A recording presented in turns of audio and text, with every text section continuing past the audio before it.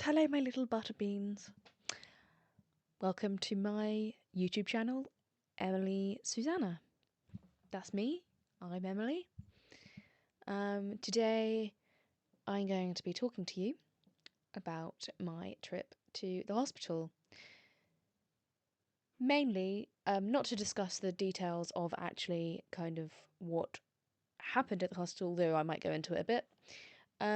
More just to kind of like describe what a day out is like with ME or CFS. Yeah, I'm. Yeah, so I'm gonna go through kind of how my day starts when I've got something going on in that day. So here's a little clip. Um, Here's a little clip of me the morning of the hospital visit. Good morning. I have just woken up. Um, Today is hospital day. It's yeah. I've just done 10 minutes of affirmations. I followed along to a Jason Stevenson video on YouTube. And did that before I moved. Um, so just lying straight down in bed, did my affirmations. So yeah. Um, Big day today. Going to London, which is a big outing for me. Usually, well, before I got ill, I would just get a train into London. My dad is driving all the way in. Um, and will drop me me and my mum at the hospital. We'll be taking a wheelchair with us. Um, because I don't know how much walking I'll have to do in the hospital. Um,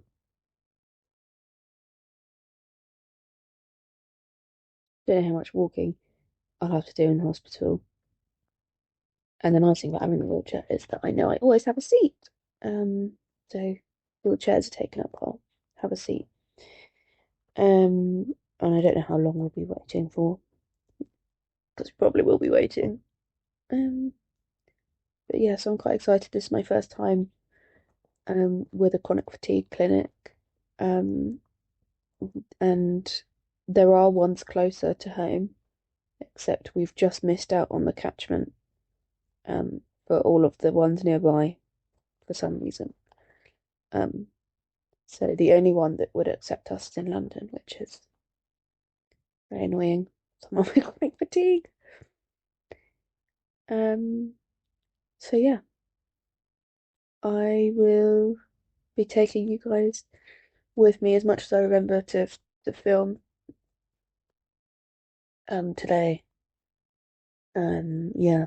So mm, there'll probably be right now I feel fine, but there'll probably be some anxiety close to the time because it's a very big day out for me. Um, Yeah, so I'll probably do a bit of yin yoga or something to calm my nerves, maybe some breathing exercises. We don't need to leave for a couple of hours, 2 hours. So that gives me a chance to eat and do some things to manage my anxiety. So yeah, that's that's all. So, first thing I do is take my pills, drink some water.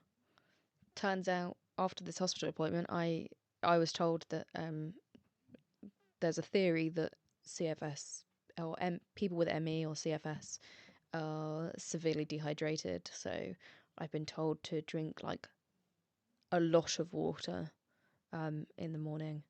when I first wake up. They call it front loading, if you wanted to know. So then I'll do my little skincare routine. As I've said in a previous video, I do quite enjoy my doing my skincare. It's ritualistic, it's a routine, it's self-care. Um yeah. And I've kind of got into that a bit recently. I don't have much like to spend my money on. I can't really go out. I can't go out. Generally speaking, on the daily, so it's not like I'm spending money on food, or eating out in restaurants. Um, and I'm living at home, so yeah, not a lot of money, not a lot of money going out, so spending it on myself. Um, you'll see there I just had my breakfast, which is just yogurt and granola, um, and some lemon and ginger tea, which I am drinking as I do my yoga. um, this is very sped up. I swear I'm not hyperventilating as it looks. Um, yeah, the yin yoga is quite important to me if I have the time to do it, before a big day out. I've actually got another hospital visit happening this week. So I'll be doing this all over again, except the next hospital visit is about 4 hours earlier. So um, I'm not going to have as much time to do this. I might not get time to do this my next hospital visit. And actually, the next hospital visit isn't a hospital visit, it's with a private doctor, on Harley Street, because I'm super special and important. Um, and got to spend my money somehow. Yeah, love my yin yoga. You can see I got my legs in the air now, akimbo, legs akimbo. So that's fun. A bit of savasana now.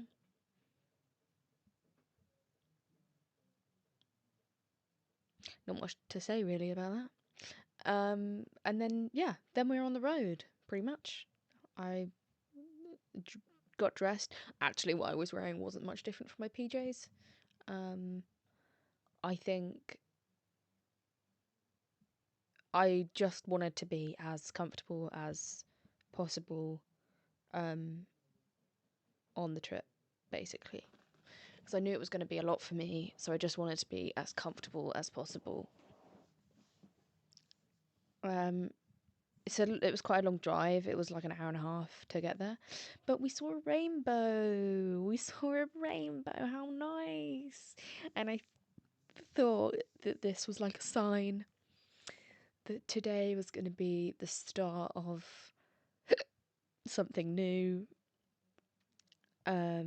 something good, something positive. And maybe it is. Maybe it is. Maybe it is. Anyway, it was one of the best rainbows I've ever seen in my life. I'll keep talking, but about other things now. But you'll see as the video progresses that the rainbow gets clearer and clearer, and you just see so much of it. It's the biggest and clearest rainbow I've ever seen. So that was cool. Super super bright. Um, and then okay, yeah. So let's get into the appointment. Um, so I arrived. It was at UCL hospital. Well, technically with the UCL hospital, but a different department. It was a chronic fatigue clinic at UCL, which is part of the Royal Hospital of Integrated Medicine, I think, and that's a part of UCL. Who knows? It's all very complicated and long-winded, if you ask me.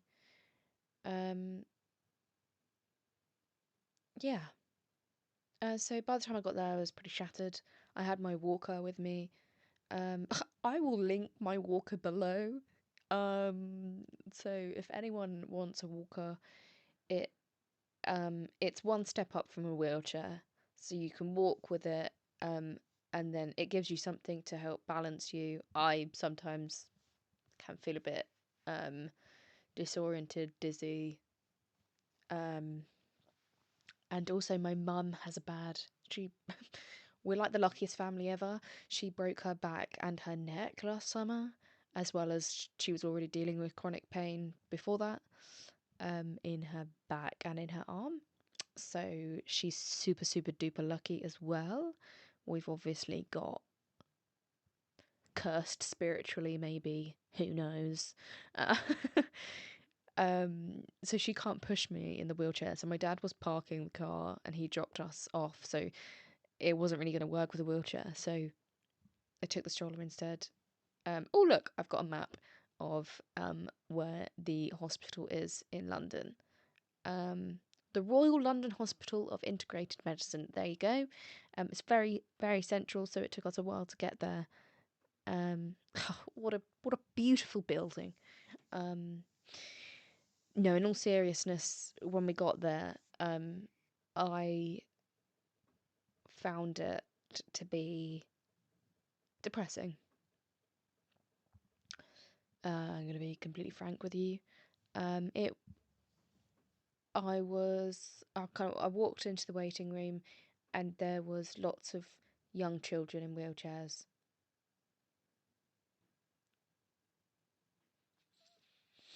which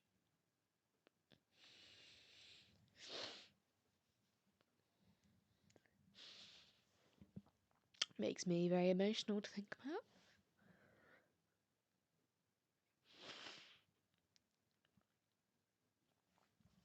Even now, because you just think about how hard this is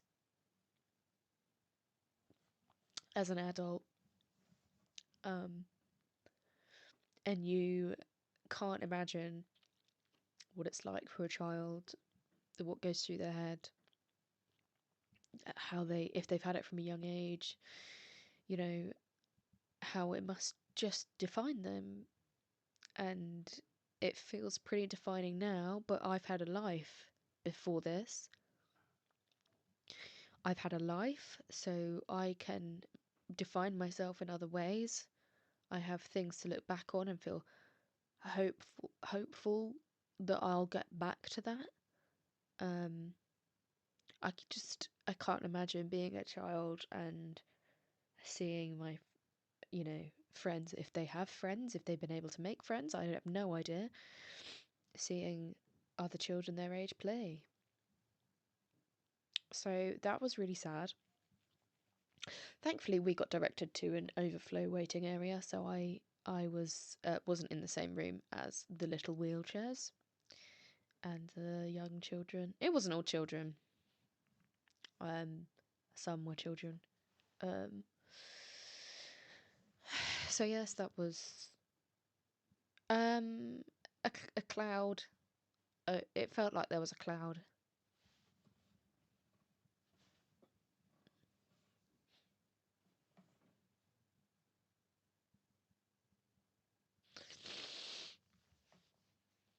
It felt like there was a cloud over the that waiting room, which was, yeah, that was pretty tough. Um, anyway, after some waiting, I eventually had my appointment. I'm just gonna get tissue. Made a bloody tissue holder, and it tears up my tissues, so it's like in like 100 pieces.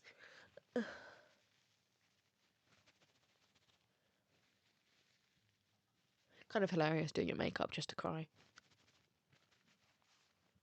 Um, anyway, waited for my appointment. I got a nice streak down my face. Um, on both sides. Yeah, that's nice. Waited for the appointment. Blah blah blah blah blah. They were very friendly, very smiley. Um, I had. There were actually two doctors in my appointment. One was like overseeing or training or something. I'm not really sure. Um, and it was a long appointment. It was about an hour and 15 minutes. Sorry. And we still didn't get everything done. I started to conk out at about after about an hour, so we kind of said let's not do too much more. And I'm not going to lie, I think I was hoping for something more from it, so I was a bit disappointed. I will say I was offered occupational therapy, mindfulness, and physio. These are all the types of things that I've been doing already, so yeah, that's why I was a bit disappointed. Um, it is what it is. Um, Anywho, here's a clip. Here's a clip from when I got back from the hospital appointment. So I'm just back from the hospital. I'm not going to go into it now, but positive and negative, mixed reviews. And yeah, it was very tiring. I'm very grateful my dad drove me into London. I definitely wouldn't have been able to manage the trains. Um, so yeah, I don't feel, I feel fine. Um, is what it is. You're hoping for a magic pill. Just, yeah. Um, so yeah, I'm gonna have a bath and probably have an early night. So, yeah, it takes me a while to process things after I've experienced something. I think I think I felt disappointed that I'd gone all that way just to have a conversation. I get that it's probably better for people's connection to me. I think doctors are more likely to want to help you if they've met you in person, sadly. But obviously for someone with ME, so that was an interesting thing that came up in the hospital appointment. ME is apparently the correct or the used term nowadays. So I said in my previous video that myalgic encephalomyelitis is another term used instead of CFS, which stands for chronic fatigue syndrome. Um, so ME is apparently the one that everyone's using now. I'm still going to be calling this series a CFS Diaries because it has a nice ring to it. I could call it ME, myself and I. I quite like that too. Anyway, um, completely forgot what I was talking about. It's actually been 2 or 3 weeks since I've had that appointment. Um, and this is the first time I felt well enough to do anything. I was in bed for a week after the appointment. Um, so I'd say it took me about a week and a half to get over the hospital appointment. And bearing in mind, I did not use public transport. I just travelled in the car with as in, I'm not driving. um, my dad driving me, waiting in the waiting room for 40 minutes, and then an hour and 15-minute appointment, followed by another an hour and a half drive home. Um, and I slept on the way home. Um, yeah, it took me a long time to get over it. It took me a long time to get over it. Um, but yeah, I think when I got back, I think we had got something easy for dinner, and we got back later than I think we thought. I think that we maybe ran into traffic. It might have been 2 hours on the way home. Um, I had something easy for dinner, and then I had a bath and had an early night, and that's kind of what I that's all I can manage. And then I spent the rest of the week in bed. And that's life. That is my life. Um, One other thing that I actually thought was actually quite helpful, my sleep, that was mentioned in the appointment. My sleep hasn't been great in the last couple of months. You know, falling asleep at 6 a.m. sleeping until 4 p.m. Like my sleep habits were almost opposite to what they should be. Um, and I'd kind of started to get into a better routine, but I was still struggling. But basically, the doctor said, just set an alarm every day and your body will um, kind of figure itself out. And I know that sounds so basic and so simple. And like, I think because it feels like you're so sleep deprived all the time, like, obviously, like, chronically so. It feels like you've been awake for the last 2 years. It feels counterintuitive to set an alarm because it's like, why wouldn't I try and get the most sleep possible? And also, there's a theory or a belief that whenever you're tired, you should just sleep. With ME or CFS, so that I also applied that to waking up. I should just sleep until I want to, until my body wakes up naturally. But the funny thing is that by setting an alarm, I don't set it super early. Don't get me wrong; it's like 9 a.m. But that's quite a big difference from 4 p.m. Um, I've been setting an alarm, and it's the first couple of days were tough, and I I still nap every day. I didn't used to nap because I was only really awake for 10 hours, 8 to 10 hours a day, and I would sleep the rest of the time. I was sleeping 12 to 13 hours a night, whereas I'm sleeping less now, slightly. So I'm probably getting somewhere between 8 to 9 hours a night, and then I'll sleep again for another hour during the day. And I think my sleep health is better. Um, so that was a good piece of advice, I think. Um, Obviously, watch this space. But I think that was actually quite helpful, and you feel better. There's nothing well, there is, but when it comes to sleep, there's nothing worse than not being able to fall asleep. Whereas now, the last 3 weeks, I can fall asleep super quick, like I'm not waiting. Um, and that was quite a big source of anxiety for me. So yeah, I fall asleep quickly, and that's all that matters to me really. At the moment. So yeah, so that's pretty good. Um, I don't think there's too much else to say, and I don't want to go on forever. But that's what it's like. Um, Going out for the day, it takes a lot out of me, and I was in bed for a week on this occasion. Hopefully, it's not like that every time, and hopefully, it will get better each time. But that's how it was this time. So yeah. Um, I hope you all have a great week. Um, Spread love and kindness. Be kind to yourself. Um, give yourself a pat on the back.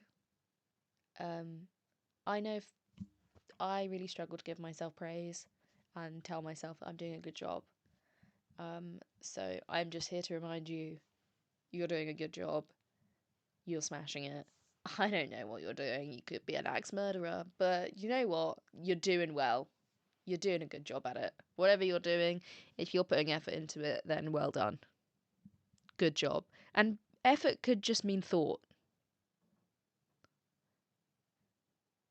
Like, let that sink in. Effort can just mean thought. And sometimes the best effort is thought.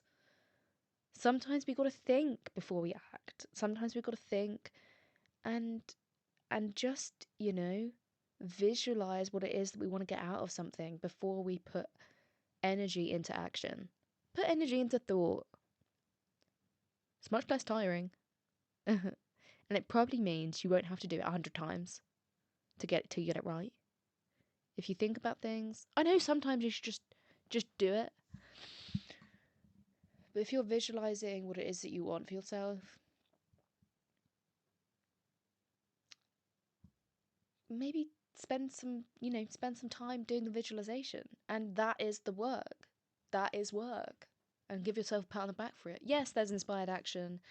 yes, you can take thoughtful action as a result of that thought, but that thought helps clarify what action needs to be done. And I'm just here to say that whatever you're doing a good job. And sometimes, whatever that work is that you're doing, sometimes that work is just thought. And if you're like me, and really all that you can manage at the moment is thought, is visualization, then I'm just here to remind you that you're doing a good job. And I'm here to remind myself that I'm doing a good job. And I love myself and I'm proud of myself. I'm incredibly proud of who I am, how far I've come, who I've become. And I would have never have thought that such a devastating illness could bring me so much self love, self compassion. And do you know what? Okay, no, I would rather have not gone through this, but if I can find the silver lining, I will find the silver lining, and that is my silver lining. I have grown so much. I I have just I internally I have just like blossomed. And the day that I become healthy is the day that like the world isn't ready, and I don't care if I sound like a for saying that. Um, this is about self love. This journey is about self love, figuring out those whatever negative beliefs you had about yourself, whatever negative, um, whatever thought patterns, things, how you were talking to yourself. I am blessed in a way that I've had. I can't believe I'm saying this. In a way, I've been blessed to have this because I have found I my the love I've the love I have for myself has just grown and grown and grown. And yes, it's difficult. And yes, I do cry a lot. And yes, I am angry a lot of the time. Not a lot of the time, but some of the time. And that is fairly often. But it's not most of the time.